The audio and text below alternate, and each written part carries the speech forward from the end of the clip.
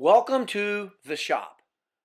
Brought to you by Worx Power Tools. It's your nature. I'm back in the shop, and today's project is going to be a planter. My son and I built 4 of these. We put them on his back deck, and they turned out awesome. For this project, you'll need 3 8-foot 1x8s, 2 8-foot 1x4s, 1 1/4 inch screws, and oh yeah, 1 8-foot 1x2, all pressure treated.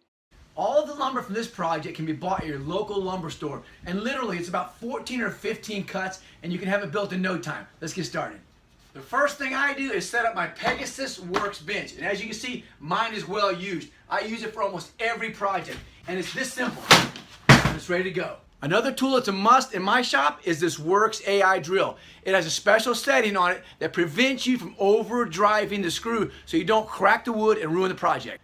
If you don't have an electric chop saw, don't worry. You can use a handsaw. I've built plenty of projects using a handsaw. Another great feature of the Worx Pegasus bench is that it comes with 2 clamps, one on each end.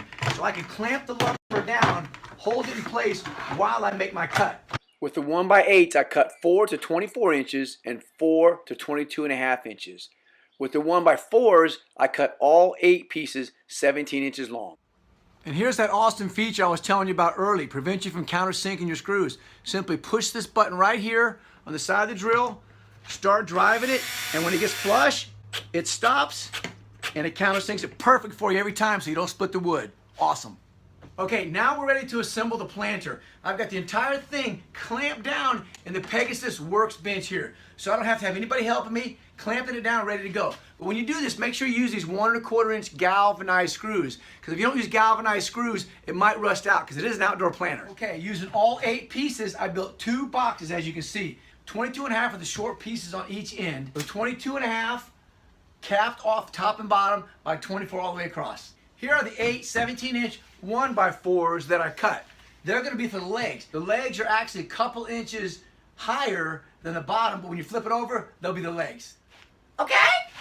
When we originally assembled the box, we put the screws on the outside. Well, that's not going to work where I come from. So we take the legs, we put them over the screws, and we take the screws and we screw from the inside of the box so you never see the screws. That's how we do it.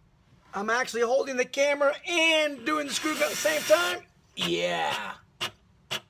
Perfect. There I did put 4 in each side because there will be a lot of weight on this because it's going to be filled with dirt. Since the box is already upside down, we're going to start putting the bottom in. So I cut 1x2 strips to fit, and we're going to put them right across the top edge of the bottom here. And what I've done is I put all the screws in first just to make it easier to assemble. The planter box is almost done. All I got to do is flip it over, put the bottom in, and we'll be done. And there it is. We just made an awesome planter out of stock lumber, and it probably took us less than 20 cuts to get the job done. We use a Worx Pegasus bench and a Worx AI drill. And remember, if I can do it, so can you. See you next time in the shop.